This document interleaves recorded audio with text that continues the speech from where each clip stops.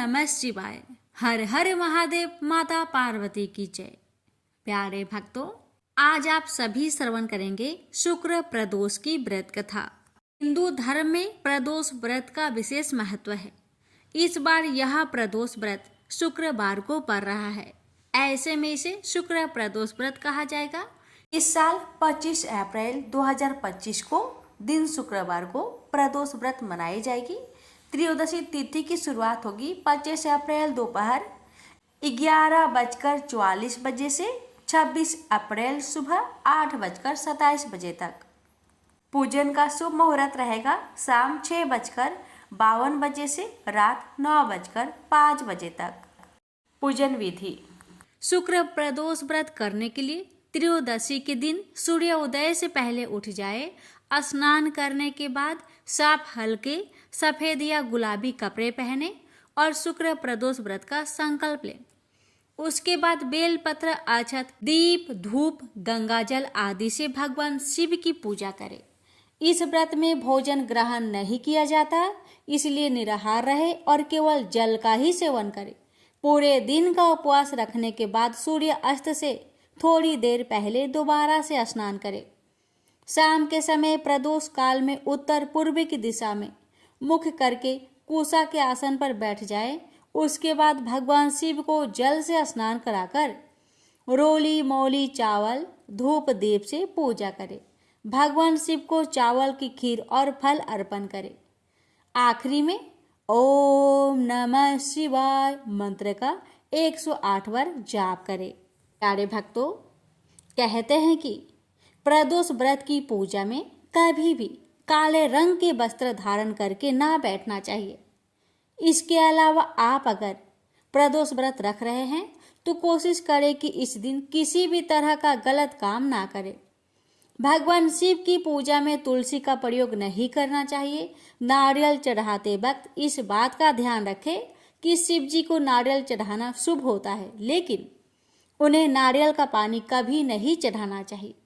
भगवान शिव की पूजा के दिन आप हरे, लाल, सफेद, केसरिया या पीले वस्त्र पहन सकते हैं।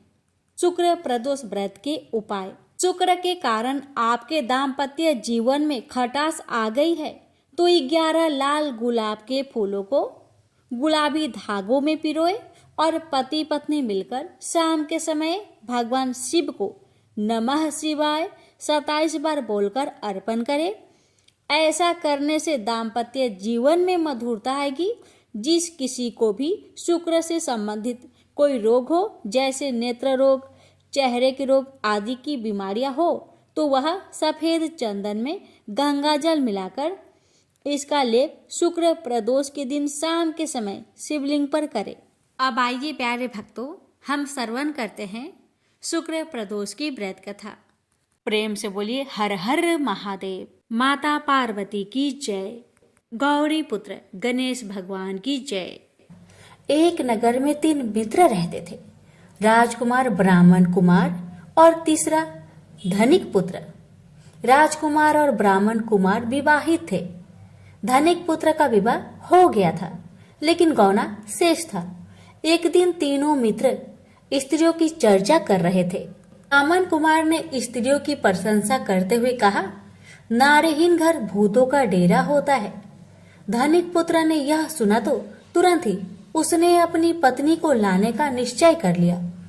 तब धनिक पुत्र के माता पिता ने समझाया कि अभी शुक्र देवता डूबे हुए हैं, ऐसे में बहू बेटियों को उनके घर से विदा करवा लाना शुभ नहीं माना जाता।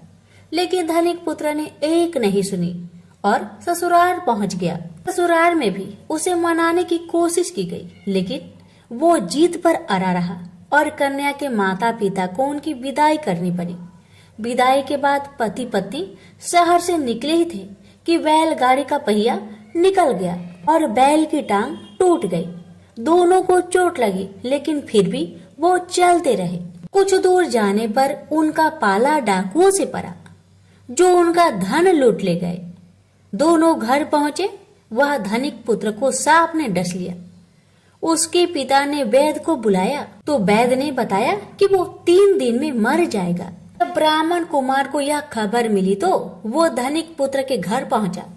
और उसके माता पिता को शुक्र प्रदोष व्रत करने की सलाह दी और कहा कि इसे पत्नी सहित वापस ससुराल भेज दो। धनिक ने ब्राह्मण कुमार की बात मानी और ससुराल पहुंच गया, जहां उसकी हालत ठीक होती गई, यानी शुक्र प्रदोष महात्म्य से सभी घोर कष्ट दूर हो गए। इस दिन कथा सुने अथवा सुनाए तथा कथा समाप्ति के बाद हवन सामग्री मिलाकर 11 या 21 या 108 बार ओम ह्रीं क्लीं नमः शिवाय स्वाहा मंत्र से आहुति दे। उसके बाद शिव जी की आरती तथा प्रसाद वितरित करे। उसके बाद भोजन करे। कहा जाता है कि शुक्रवार को प्रदोष व्रत सौभाग्य और दाम्पत्य जीवन में सुख समृद्धि भर देता है। यही कारण है कि आज के प्रदोष व्रत का काफी खास माना जा रहा है। शुक्रवार के दिन पड़ने वाले इस प्रदोष से सुख समृद्धि मिलती है। प्रेम से बोलिए उमापति शंकर भगवान की जय। स्कंद पुराण में वर्णित एक कथा के अनुसार प्राचीन काल में एक विधवा ब्राह्मणी अपने पुत्र को लेकर भिक्षा लेने जाती थी और संध्या को लौटती थी। एक दिन जब वह भिक्षा लेकर लौट रही थी तो उसे नदी किनारे एक सुंदर बालक दिखाई दिया, जो विदर्भ देश का राजकुमार धर्मगुप्त था। शत्रुओं ने उसके पिता को मारकर उसका राज्य हड़प लिया था। उसकी माता की भी मृत्यु अकाल हुई थी। ब्राह्मणी को उस बालक को देखकर बहुत दया आई और उसने उस बालक को अपना लिया और उसका पालन पोषण किया। कुछ समय पश्चात ब्राह्मणी दोनों बालक के साथ देवयोग से देव मंदिर में गई। वहां उनकी भेंट ऋषि सांडल्य से हुई। ऋषि सांडल्य ने ब्राह्मणी को बताया कि जो बालक उन्हें मिला है वह विदर्भ देश का राजा का पुत्र है, जो युद्ध में मारे गए थे और उनकी माता को ग्रह ने अपना भोजन बना लिया था। ऋषि सांडल्य ने ब्राह्मणी को प्रदोष व्रत करने की सलाह दी। ऋषि आज्ञा से दोनों बालकों ने भी प्रदोष व्रत करना शुरू कर दिया। एक दिन दोनों बालक वन में घूम रहे थे, तभी उन्हें कुछ गंधर्व कन्याएं नजर आई। ब्राह्मण बालक तो घर लौट आया, किंतु राजकुमार धर्मगुप्त आंसुमती नाम की गंधर्व कन्या से बात करने लगे। गंधर्व कन्या और राजकुमार एक दूसरे पर मोहित हो गए। कन्या ने विवाह हेतु राजकुमार को अपने पिता से मिलवाने के लिए बुलवाया। दूसरे दिन जब वह पुनः गंधर्व कन्या से मिलने आया तो गंधर्व कन्या के पिता ने बताया कि वह विदर्भ देश का राजकुमार है। भगवान शिव की आज्ञा से गंधर्व राज ने अपनी पुत्री का विवाह राजकुमार धर्मगुप्त से करवाया। इसके बाद राजकुमार धर्मगुप्त ने गंधर्व सेना की सहायता से विदर्भ देश पर पुनः आधिपत्य प्राप्त किया। यह सब ब्राह्मणी और राजकुमार धर्मगुप्त के प्रदोष व्रत करने का फल था। स्कंद पुराण के अनुसार जो भक्त प्रदोष व्रत के दिन शिव पूजा के बाद एकाग्र होकर प्रदोष व्रत कथा सुनता या पढ़ता है, उसे 100 जन्मों तक कभी दरिद्रता नहीं होती। प्रेम से बोलिए उमापति शंकर भगवान की जय। एक समय की बात है कि बहुत वर्ष पूर्व ऋषि मुनि भगवान को पाने के लिए कठोर तपस्या करते थे। यह तपस्या कैसी रहती थी? एक पांव पर खड़े होकर नमस्कार की मुद्रा में भगवान का नाम जप करना, पानी में नमस्कार की मुद्रा में खड़े रहकर अखंड भगवान का नाम जप करना, हिमालय जैसे पर्वत पर जाकर अंत ठंड में एक ही जगह अनेक वर्ष तक बैठकर नाम जप करना, इस प्रकार तपस्या की जाती थी। तपस्या के समय न कुछ खाया जाता था न ही पिया जाता था। इसी प्रकार कठोर तपस्या करने के बाद भगवान भक्त पर प्रसन्न होकर उन्हें आशीर्वाद देते थे। इसी प्रकार भगवान शंकर को पति रूप में पाने के लिए माता पार्वती कठोर तपस्या कर रहे थे। तपस्या के समय वह भगवान के चिंतन में ध्यान मग्न बैठी थी। उनकी तपस्या पूर्ण होने ही वाली थी कि उसी समय उन्हें एक बालक के डूबने की चीख सुनाई दी। माता तुरंत उठकर वहां पहुंची। उन्होंने देखा एक मगरमच्छ बालक को पानी के अंदर खींच रहा है। वह बालक अपने प्राण बचाने के लिए बहुत प्रयास कर रहा था तथा मगरमच्छ उसे खाने का प्रयास कर रहा था। अंततः करुणामयी माता पार्वती को बालक पर दया आई। माता ने मगरमच्छ से निवेदन करते हुए कहा, बालक को छोड़ दो, इसे आहार न बनाओ। उस पर मगरमच्छ बोला, माता यह मेरा आहार है, मुझे हर छठे दिन भूख मिटाने के लिए जो पहले मिलता है वह मेरा आहार होता है। मेरा आहार ब्रह्मा ने निश्चित किया है। माता पार्वती ने फिर कहा, आप इसे छोड़ दो, मैं इसके बदले अपनी तपस्या का फल आपको दूंगी। पार्वती माता ने बालक के प्राणों की रक्षा के लिए अपनी कठोर तपस्या का फल दांव पर लगाया। मगरमच्छ ने भी उसे स्वीकार किया। पार्वती माता ने उसी समय संकल्प किया और अपनी पूरी तपस्या का फल उस मगरमच्छ को दे दिया। मगरमच्छ को माता के तपस्या का फल प्राप्त होने के कारण वह सूर्य के जैसे चमक उठा। उसकी बुद्धि में शुद्ध हो गई। उसने कहा, माता आप अपना पुण्य वापस ले लीजिए, मैं इस बालक को छोड़ दूंगा। माता ने तो वचन दिया था, इसलिए उन्होंने तपस्या का फल वापस लेने से मना कर दिया और वह बालक को गोद में लेकर ममता से दुलारने लगी। बाद में माता ने उस बालक को उसके घर सुरक्षित लौटा दिया और वे अपने स्थान पर वापस आ गई। भगवान शिव जी को प्राप्त करने हेतु उन्होंने पुनः तप करना आरंभ कर दिया। उसी समय भगवान शिव जी माता पार्वती के सामने प्रकट हो गए। भगवान शिव जी उन्हें बोले, पार्वती अब तुम्हें तप करने की आवश्यकता नहीं है, हर प्राणी में मेरा ही वास है। तुमने उस मगरमच्छ को अपने तप का जो फल दिया है वह मुझे ही प्राप्त हुआ है, इसलिए तुम्हारे तप का फल अनंत गुना हो गया है। तुमने करुणा और ममता से द्रवित होकर बालक की रक्षा की, इसलिए मैं तुम पर प्रसन्न हूँ और तुम्हें अपनी पत्नी के रूप में स्वीकार करता हूँ। प्रेम से बोलिए उमापति शंकर भगवान की जय। एक समय की बात है, एक क्षेत्र में पुत्र की प्राप्ति हेतु भगवान शिव से आज्ञा लेकर पार्वती ने 1 वर्ष तक चलने वाले पुण्य व्रत का समापन किया। व्रत की समाप्ति पर पुरोहित सनत कुमार ने देवी पार्वती से कहा, सुब्रते मुझे दक्षिणा चाहिए। पार्वती ने मुंह मांगी दक्षिणा देने का वचन दिया। फिर क्या था, पुरोहित बने सनत कुमार ने अस्वाभाविक दक्षिणा की याचना की। देवी इस व्रत में दक्षिणा स्वरूप मुझे अपने पति को दीजिए। यह सुनते ही देवी पार्वती पर जैसे वज्रपात हुआ। वो व्याकुल होकर विलाप करती हुई मूर्छित हो गई। पार्वती को मूर्छित देखकर ब्रह्मा, विष्णु और मुनियों को हंसी आ गई। उन्होंने पार्वती को समझाने के लिए भगवान शिव को भेजा। पार्वती की मूर्छा टूटने पर शिव ने उन्हें समझाया, हे देवी, देव कार्य, पितृ कार्य या नित्य नैमित्तिक जो भी कार्य दक्षिणा से रहित होता है निष्फल हो जाता है। उस कर्म से दाता कालसूत्र नामक नगर में गिरता है। इसके बाद वह दीन होकर शत्रुओं से पीड़ित होता है। ब्राह्मण को संकल्प की हुई दक्षिणा उस समय न देने से वह बढ़कर कई गुना हो जाती है। भगवान विष्णु और ब्रह्मा ने पार्वती से धर्म रक्षा के लिए अनुरोध किया। धर्म ने भी समझाया, देवताओं ने भी कहा, मुनियों ने भी दक्षिणा देने की प्रेरणा दी। फिर भी पार्वती चुप रही। तब सनत कुमार ने कहा, हे शिवे, या तो आप मुझे दक्षिणा में अपने पति को प्रदान कीजिए या अपने दीर्घकालीन कठोर तप का फल भी त्याग दीजिए। इस महान कर्म की दक्षिणा न मिलने पर मैं इस दुर्लभ कठोर व्रत का फल ही नहीं, आपके समस्त कर्मों का फल भी प्राप्त कर लूंगा। उद्गन होकर पार्वती ने कहा, पति से वंचित हो जाने वाले कर्म से क्या लाभ? दक्षिणा देने तथा धर्म और पुत्र की प्राप्ति से मेरा क्या हित होगा? पृथ्वी देवी की उपेक्षा कर वृक्ष की पूजा करने से क्या प्राप्त हो सकेगा?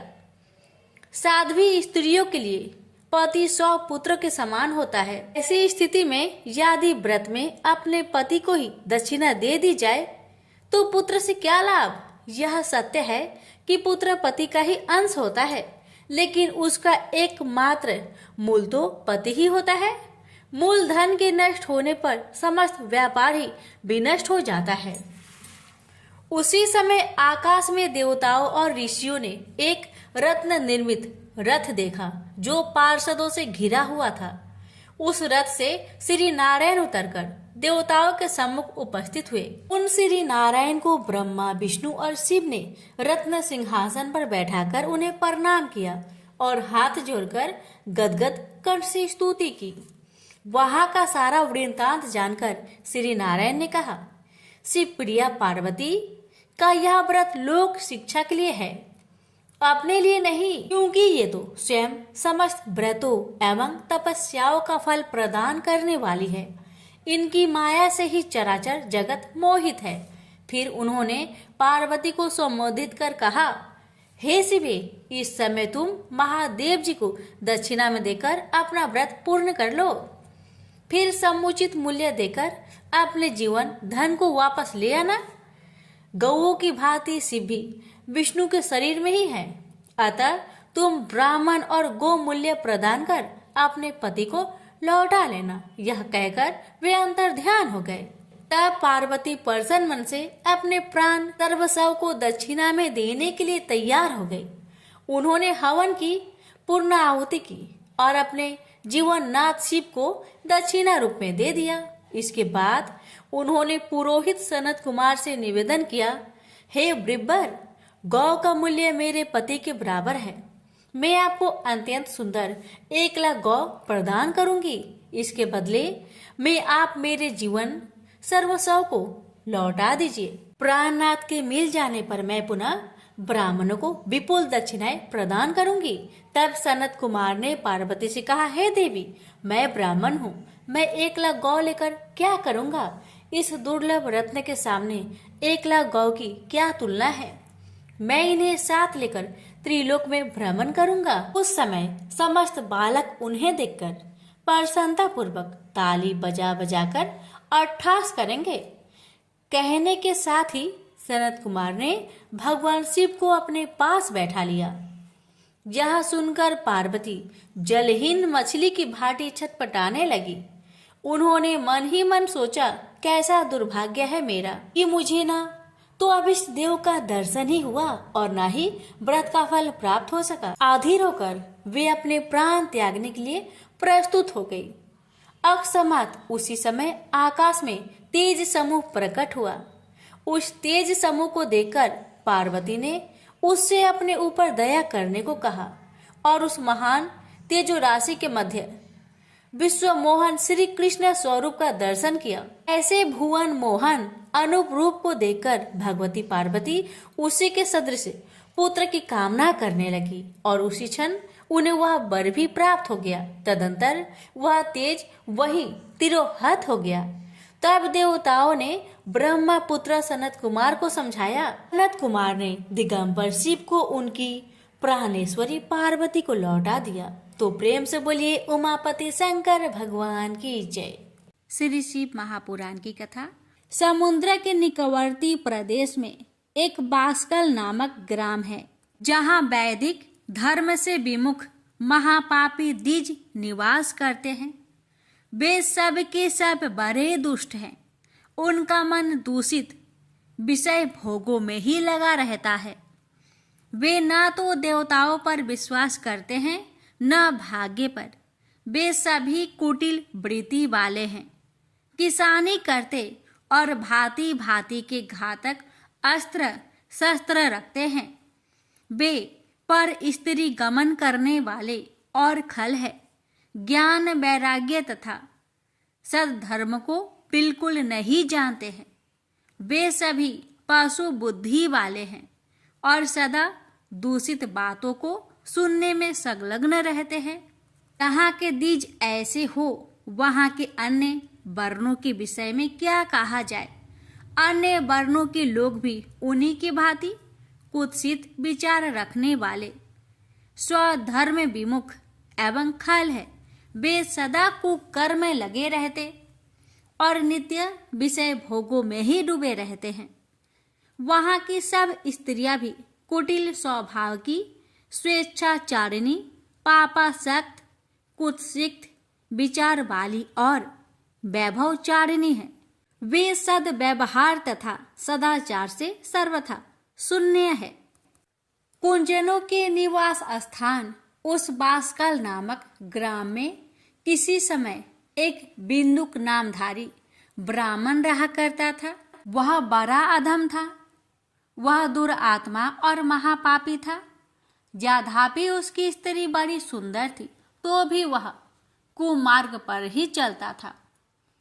काम वासना से कुलसित चित वह वेश्यागामी था।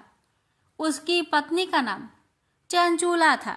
वह सदा उत्तम धर्म के पालन में लगी रहती थी, तो भी उसे छोड़कर वह दुष्ट ब्राह्मण कामासक्त होकर वेश्यागामी हो गया था।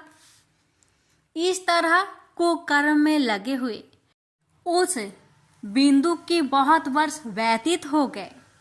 उसकी स्त्री चंचुला काम से पीड़ित होने पर भी स्वधर्म नाश के भय से कलेश सहकर भी दीर्घ काल तक धर्म से भ्रष्ट नहीं हुई, परंतु दुराचारी पति के आचरण से प्रभावित होने के कारण काम पीड़ित हो आगे चलकर वह स्त्री भी दुराचारणी हो गई। भ्रष्ट चरित्र वाली वह कुमार्गिनी अपने पति की दृष्टि बचाकर रात्रि में चोरी छिपे अन्य पापी जार पुरुष के साथ रमन करने लगी। एक बार उस ब्राह्मण ने अपनी उस दुराचारणी पत्नी चंचूला को कामासक्त हो पर पुरुष के साथ रात्रि में संगर्गत देख लिया। उस दुष्ट तथा दुराचार में आसक्त मन वाली पत्नी को रात में पर पुरुष के साथ व्यभिचारत देखकर वह क्रोध पूर्वक वेग से दौड़ा। उस दुष्ट बिंदु को घर में आया जानकर वह कपटी व्यभिचारी तेजी से भाग गया। तब वह दुष्ट आत्मा बिंदुक अपनी पत्नी को पकड़कर उसे डांटता हुआ मुक्कों से बार बार पीटने लगा।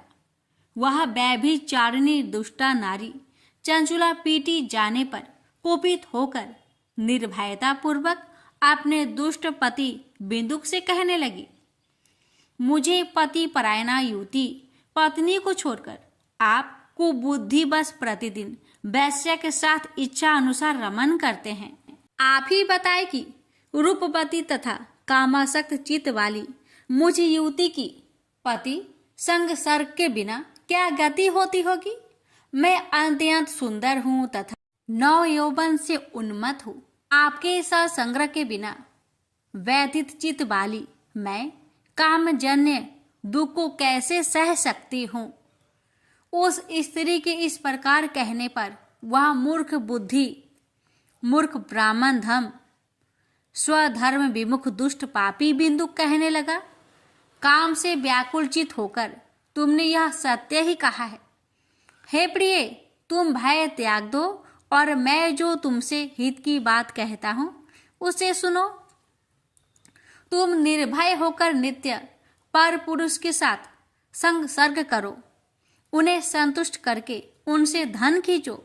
वह सारा धन वैश्य के प्रति आसक्त मन वाले मुझको दे दिया करो। इससे तुम्हारा और मेरा दोनों का ही स्वार्थ सिद्ध हो जाएगा। पति का यह वचन सुनकर उसकी पत्नी चंचुला प्रसन्न होकर उसकी कही बात मान ली। उन दोनों दुराचारी पति पत्नी ने इस प्रकार समझौता कर लिया तथा वे दोनों निर्भय चित्त से कुकर्म में लीन हो गए। इस तरह दुराचार में डूबे हुए उन मूढ़ चित्त वाले पति पत्नी का बहुत सा समय व्यर्थ बीत गया।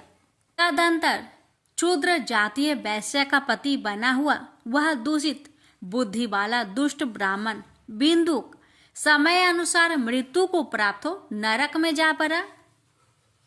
बहुत दिनों तक नरक के दुख को भोगकर वह मूर्ख बुद्धि पापी विंध्या पर्वत पर भयंकर पिचास हुआ। इधर उस दुराचारी पति बिंदु के पति मर जाने पर वह मूढ़ हृदय चंचला बहुत समय तक पुत्र के साथ अपने घर में ही रही। इस प्रकार प्रेम पूर्वक कामासक्त होकर जारों के साथ विहार करती हुई उस चंचुला नामक स्त्री कुछ कुछ यौवन समय के साथ ढलने लगा। एक दिन देव योग से किसी पुण्य वर्ग के आने पर वह स्त्री भाई बंधुओं के साथ गोकर्ण क्षेत्र में गई। तीर्थ यात्रियों के संग से उसने भी उस समय जाकर किसी तीर्थ के जल में स्नान किया। फिर वह साधारणतया मेला देखने की दृष्टि से बंधुजनों के साथ यत्र तत्र घूमने लगी। घूमती घामती किसी देव मंदिर में उसने एक देवयज्ञ ब्राह्मण के मुख से भगवान शिव की परम पवित्र एवं मंगलकारिणी उत्तम पौराणिक कथा सुनी।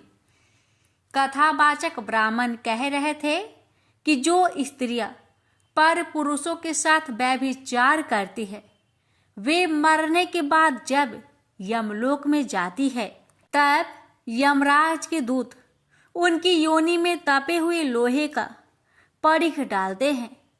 पौराणिक ब्राह्मण के मुख से यह वैराग्य बढ़ाने वाली कथा सुनकर चंचुला भय से व्याकुल हो वहां कांपने लगी।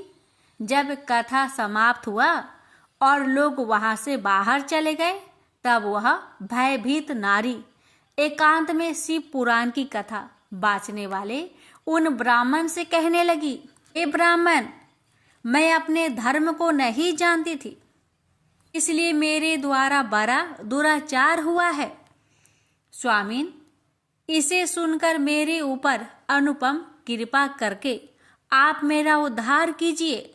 हे प्रभु, मैंने मूर्ख बुद्धि के कारण घोर पाप किया है। मैंने कामंद होकर अपनी संपूर्ण युवा अवस्था व्यभिचार में बिताई है। आज वैराग्य रस से ओतप्रोत आपके इस प्रवचन को सुनकर मुझे बड़ा भय लग रहा है। मैं कांप उठी हूं और मुझे इस संसार से वैराग्य हो गया है। मुझ मूर्ख चीत वाली पापनी को धिक्कार है। मैं सर्वथा निंदकों के योग हूं। मैं कुत्सित विषयों में फंसी हुई हूं और अपने धर्म से विमुख हो गई हूं।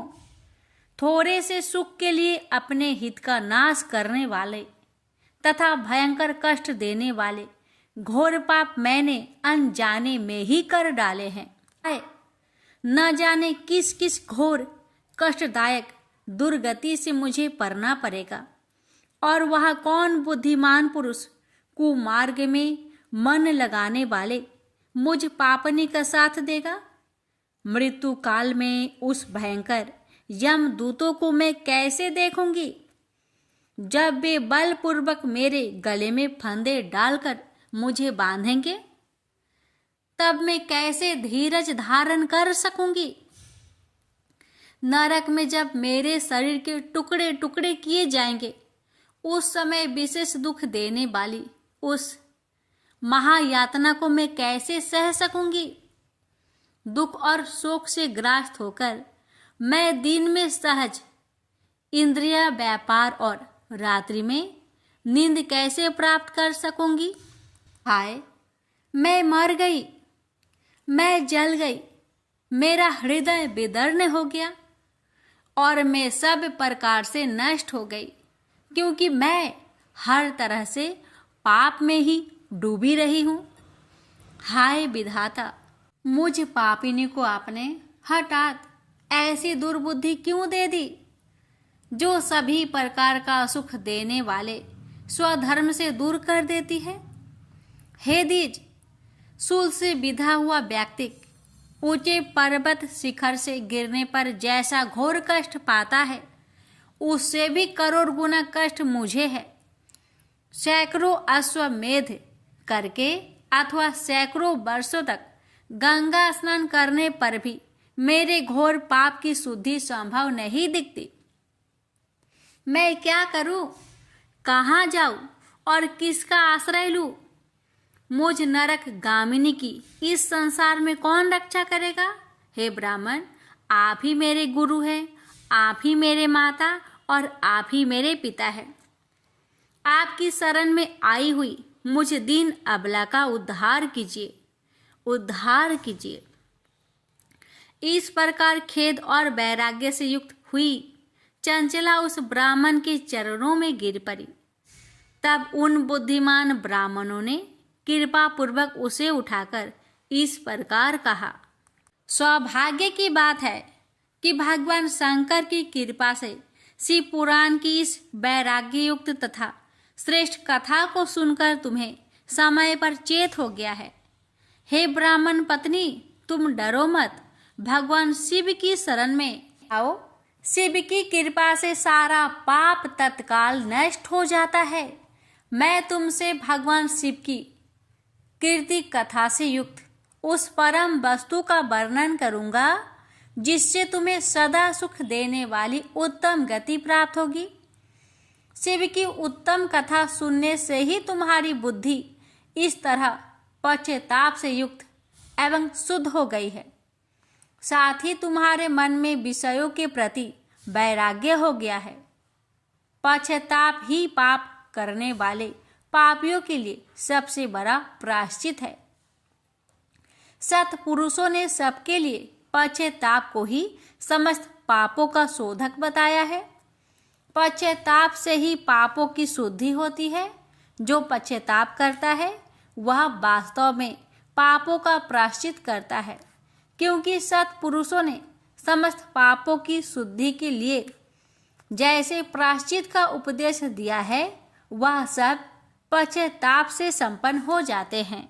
जो पुरुष विधि पूर्वक प्रायश्चित करके निर्भय हो जाते हैं पर अपने कुकर्म के लिए पश्चाताप नहीं करता, उसे प्राय उत्तम गति नहीं प्राप्त होती। परंतु जिसे अपने कुकृत्य पर हार्दिक पश्चाताप होता है वह अवश्य उत्तम गति का भागी होता है। इसमें संशय नहीं है। इस शिव पुराण की कथा सुनने से जैसे चित्त शुद्धि होती है वैसे दूसरे उपाय से नहीं होती। जैसे दर्पण साफ करने पर निर्मल हो जाता है, उसी प्रकार इस शिव पुराण की कथा से चित्त अत्यंत शुद्ध हो जाता है। इसमें संशय नहीं है। मनुष्य के शुद्ध चित्त में जगदम्बा पार्वती सहित भगवान शिव विराजमान रहते हैं। इससे वह विशुद्ध आत्मा पुरुष श्री सांब सदा शिव के परम पद को प्राप्त होता है। इस प्रकार यह कथा रूपी साधन सभी प्राणियों के लिए उपकारी है और इसी कारण महादेव जी ने इसको आग्रह पूर्वक प्रकट किया है। इस कथा से भगवान उमापति का ध्यान सिद्ध हो जाता है। उस ध्यान से परम ज्ञान और उससे मोक्ष की प्राप्ति निश्चय ही होती है। भगवान शंकर के ध्यान मग्न हुए बिना भी यदि कोई इस कथा को मात्र सुनता है वह दूसरे जन्म में भगवान के ध्यान को सिद्ध कर परम पद को पा लेता है। इस कथा के श्रवण से भगवान शंकर के ध्यान को प्राप्त कर पश्चाताप करने वाले पापी पुरुष सिद्धि को प्राप्त हो गए हैं। इस उत्तम कथा का श्रवण समस्त मनुष्यों के लिए कल्याण का बीज है, अतः यथोचित शास्त्रोक्त मार्ग से इसकी आराधना अथवा सेवा करनी चाहिए। यह कथा श्रवण भाव बंधन रूपी रोगों का नाश करने वाला है।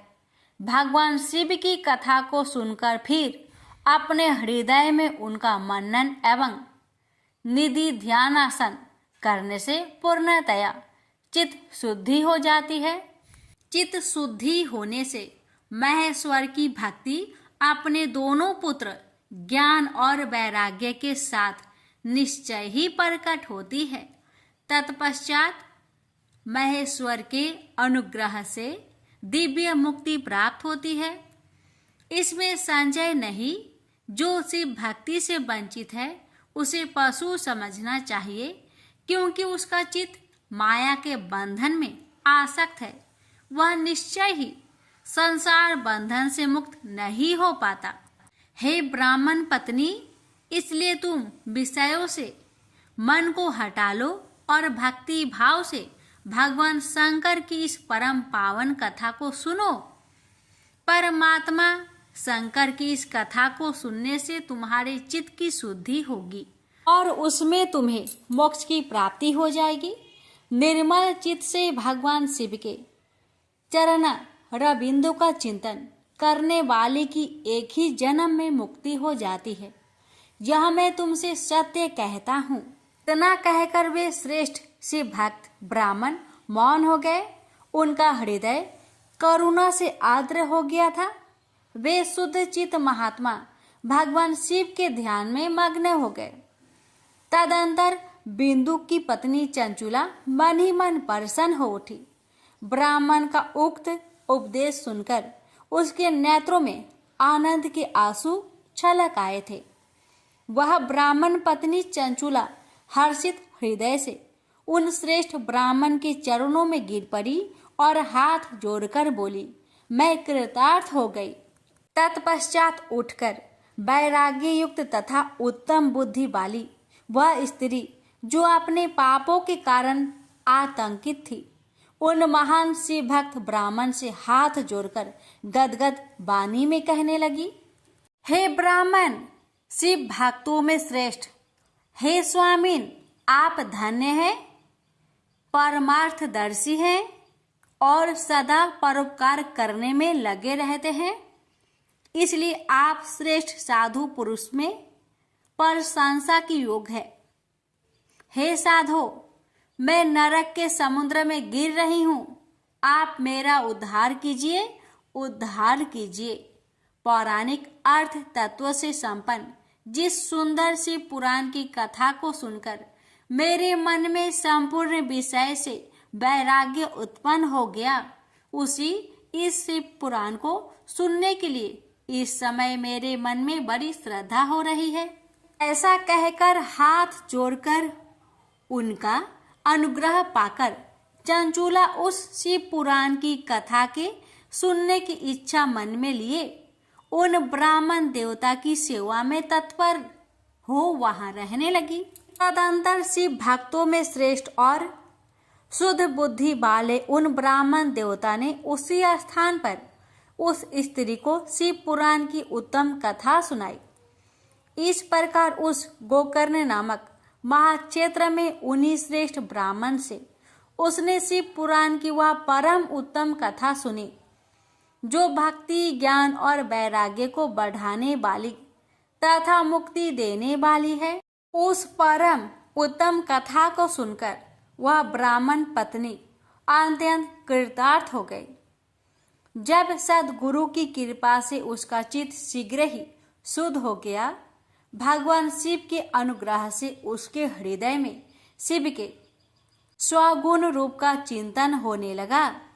इस प्रकार सद्गुरु का आश्रय लेकर उसने भगवान शिव में लगी रहने वाली उत्तम बुद्धि पाकर शिव के सच्चिदानंदमय स्वरूप का बारंबार चिंतन आरंभ किया। वह प्रतिदिन तीर्थ के जल में स्नान करके जटा और वल्कल धारण करने लगी तथा समूची देह में भस्म लगाकर रुद्राक्ष के आभूषण धारण करने लगी। वह भगवान शिव के नाम जप में लगी रहती थी। संयमती वाणी और अल्पाहार करते हुए गुरु के बताए मार्ग से वह शिव जी को प्रसन्न करने लगी। इस प्रकार शंभु का उत्तम ध्यान करते हुए उस चंचुला का बहुत सा समय बीत गया। तत्पश्चात समय के पूर्ण होने पर भक्ति, ज्ञान और वैराग्य से युक्त हुई चंचुला ने अपने शरीर को बिना किसी कष्ट के त्याग दिया।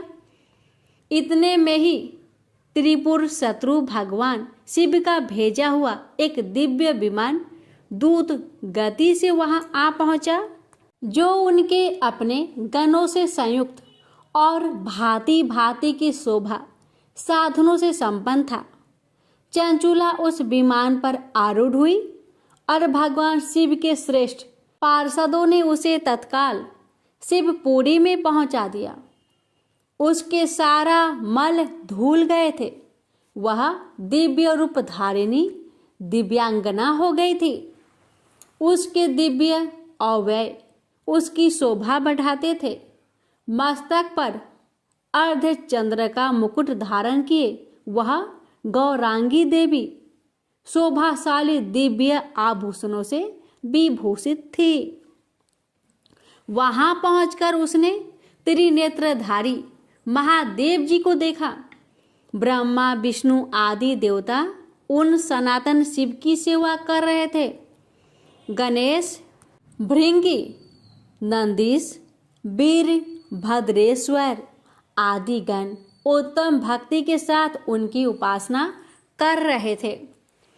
उनकी अंग कांति करोड़ों सूर्य के समान प्रकाशित हो रही थी। कंठ में नील चिन्ह शोभा पाता था। उनके 5 मुख थे और प्रत्येक मुख में 3-3 नेत्र थे। मस्तक पर अर्ध चंद्राकर मुकुट शोभा देता था। उन्होंने अपने बाम अंग में गौरी देवी को बैठा रखा था, जो विद्युत पुंज के समान प्रकाशित थी। गौरीपति महादेव जी की कांति कपूर के समान गौर थी। उन्होंने सभी अलंकार धारण कर रखे थे। उनका सारा शरीर श्वेत भस्म से भासित था। शरीर पर श्वेत वस्त्र शोभा पा रहे थे। वे अत्यंत उज्जवल वर्ण के थे। इस प्रकार परम उज्जवल भगवान शंकर का दर्शन करके वह ब्राह्मण पत्नी चंचुला बहुत प्रसन्न हुई। अत्यंत प्रीति युक्त होकर उसने बड़ी उतावली के साथ भगवान को बारंबार प्रणाम किया। फिर हाथ जोड़कर वह बड़े प्रेम, आनंद और संतोष युक्त हो विनीत भाव से खड़ी हो गई। उसके नेत्र से आनंद अश्रुओं की अविरल धारा बहने लगी तथा संपूर्ण शरीर में रोमांच हो गया।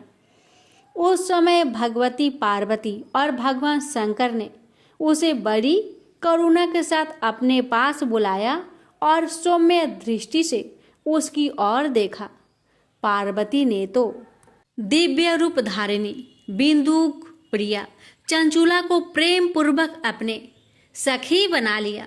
वहाँ उस परमानंदन घन ज्योति स्वरूप सनातन धाम में अविरल निवास पाकर दिव्य सौख्य से संपन्न हो अक्षय सुख का अनुभव करने लगी।